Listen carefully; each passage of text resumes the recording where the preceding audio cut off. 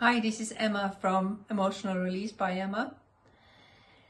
Not so long ago, I did an emotional release on a man in his mid-50s. He didn't remember much from childhood, but he really wanted to go back and see, find out if we could see what happened or figure out a timeline on when the trauma occurred. So I offered him an emotional release session, and in addition to that I specified when on a timeline when the emotions had occurred, and I'll show you what that might look like.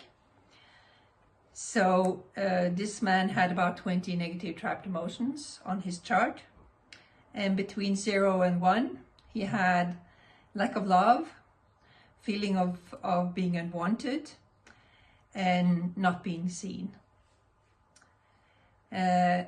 Between 1 and 2 years he had vulnerability and heartache, and between 2 and 3 years old he had fear of being rejected, he had anxiety, being taken for granted, and between 3 and 4 years he had worries, fear of failure, sorrow, worry,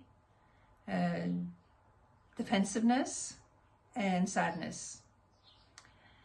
By the time he was 4, between 4 and 5, he had helplessness, he had fear of conflict, and between 5 and 6 he had anger, he had depression, and between 6 and 7 he had panic, he had fear, and he had frustration.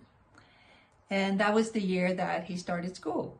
He was terrified of starting school, meeting other people, interacting with other people, because it was not his thing.